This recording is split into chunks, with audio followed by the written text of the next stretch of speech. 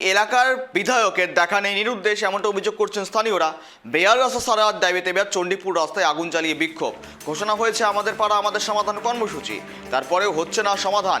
পূর্ব মেদিনীপুর জেলার চণ্ডীপুর বিধানসভার গড়গ্রাম থেকে ভগবানপুর পর্যন্ত এই রাস্তা অর্থাৎ কলবেরিয়া রাস্তা পর্যন্ত বেহাল হাল, অর্থাৎ বেহাল হাল সেই রাস্তার।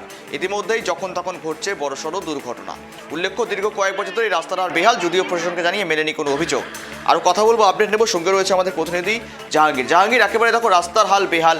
সাধারণ মানুষ তো ভোট দিয়ে জিতিয়ে আনেন জনপ্রতিনিধিকে, মানুষ উন্নয়নের কথা মাথায় রেখে, সেখানকার বিধায়কের দেখা নেই নিরুদ্দেশ তারা।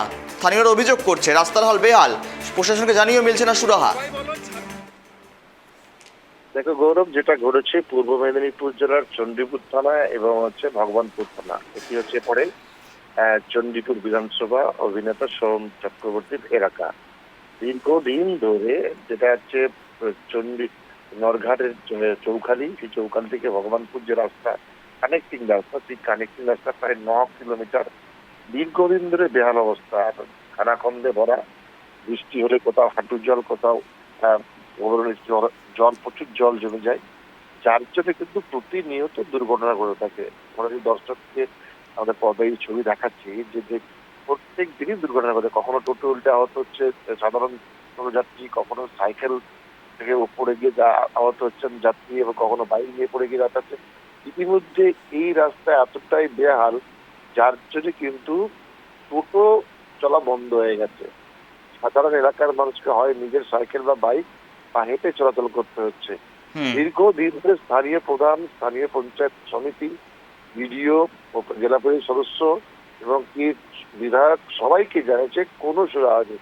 তাই গ্রামবাসী তারা বিক্ষোভ দেখাচ্ছেন, রাস্তায় টায়ার জ্বালিয়ে এবং কি হাতের ডান্ডা দিয়ে তারা বিক্ষোভ দেখাচ্ছেন যে কবে এই রাস্তার হাল ফিরবে, কবে এই রাস্তায় যে চলাচল করতে যন্ত্রণা ভোগ করতে হয় প্রত্যেকদিন যে দুর্ঘটনা ঘটে, সেই দুর্ঘটনা থেকে কবে মুক্তি পাবে, তাই নিয়ে কিন্তু প্রশ্ন দেখা দিচ্ছে গৌরব।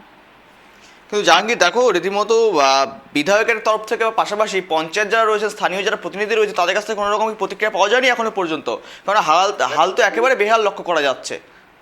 দেখো গৌরব, যেহেতু পুজোর ছুটি, কালী পুজো কালকেই গেছে, আজকেও পুজোর রেস আছে, যারা প্রশাসনিকারী তাদের সাথে কথা বলা যায়নি। আমি ফোন করেছিলাম সভাধিপতিকে, তিনি কিন্তু কাজের ব্যস্ততা ফোন ধরতে পারেননি। আমরা পুজোরটা কাজে হয়তো প্রশাসনিক প্রতিক্রিয়া পাবো, তখন আমাদের দর্শকে তুলে দেবো। তো এটাকে বলে রাখি, এলাকার মানুষজন কিন্তু এই যে রাস্তার যে যন্ত্রণা দীর্ঘদিন ধরে ভোগ করেছে এবং ক্ষোভে ফুসছে বলা যেতে পারে। এবং প্রায় 9 কিলোমিটার রাস্তা, প্রত্যেক দিন কয়েক হাজার মানুষ তারা যাতায়াত করেন এই রাস্তার উপর থেকে। বেশ, এখন দেখার বিষয় নজরে কবে আসে প্রশাসনের। ধন্যবাদ তোমাকে সঙ্গে থাকার জন্য। রাস্তায় আগুন জ্বালিয়ে চলে বিক্ষোভ, আর সেখানেই রাস্তার হাল একেবারে বেহাল। প্রায় 9 কিলোমিটার রাস্তার হাল একেবারেই বেহাল দীর্ঘ কয়েক বছর ধরে, যদিও স্থানীয় প্রশাসনকে জানিয়ে মেলেনি কোনো সুরাহা। বাধ্য হয়ে রাস্তায় টায়ার জ্বালিয়ে অবরোধ করে চলেছে বিক্ষোভ। নিম্ন হোক উচ্চ হোক, সব নেতা নেতৃবৃন্দ আছে, তারা কি করছে, এই রাস্তার স্কিম পাস হয়ে গেছিল, এই রাস্তার স্কিমকে কি করেছে, শ্রীকৃষ্ণপুর থেকে নয়নার পর্যন্ত রাস্তাটি ওখানে ট্রান্সফার করে নিয়ে চলে গেছে। কিভাবে নিয়ে গেছে, কিভাবে হয়েছে সেটা আমরা জানি না, কিন্তু সেখানে ব্যানার এলাকা আছে, ধান্যশ্রী অমুক জায়গা হইতে, আর ধান্যশ্রী অমুক জায়গা হইতে শ্রীকৃষ্ণপুর এই জায়গাটি নির্মিত হলো, অথচ ধান্যশ্রীর কোনো পিচের